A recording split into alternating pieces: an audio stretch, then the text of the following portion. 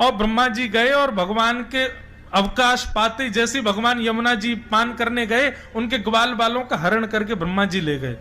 अब देखता हूं ये बहलूपिया कृष्ण क्या करेगा।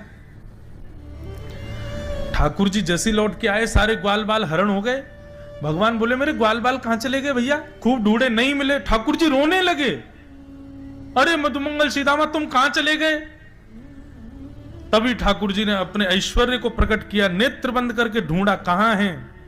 तब दिखे ब्रह्मलोक में हाथ पांव बांध के ब्रह्मा ने बंधी बना रखी। भगवान बोले इस ब्रह्मा की इतनी हिम्मत। ठाकुर जी ने जैसे ही नेत्र खोले, जितने ग्वाल बाल थे सब ठाकुर जी में से प्रकट हो गए और उनके साथ ठाकुर जी लीला करने लगे। बोले इसको तो बाद में बताऊंगा मैं।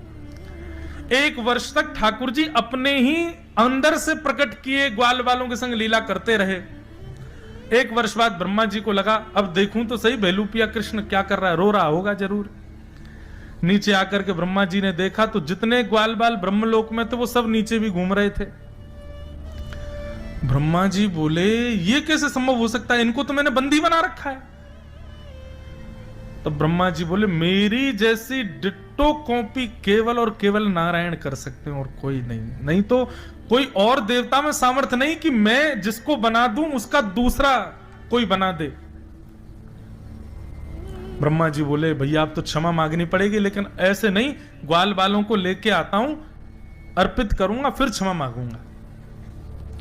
ग्वाल बालों को लेने के लिए ब्रह्मा जी नीचे से जैसे ब्रह्मलोक जाने लगे तो ब्रह्मा जी से पहले ठाकुर जी ब्रह्मलोक चले गए और ब्रह्मा जी का रूप धारण करके गए और रूप धारण करके ब्रह्मा जी के द्वारपालों से कहा आजकल नकली ब्रह्मा बहुत घूम रहे हैं, मेरे जैसे दिखने वाला दूसरा आए तो मेरा आदेश है सीधे प्रहार करके मारपीट के भगा देना उसको, कोई दिक्कत नहीं। अब भगवान ब्रह्मा का रूप धारण करके ब्रह्मलोक में बैठ गए। असली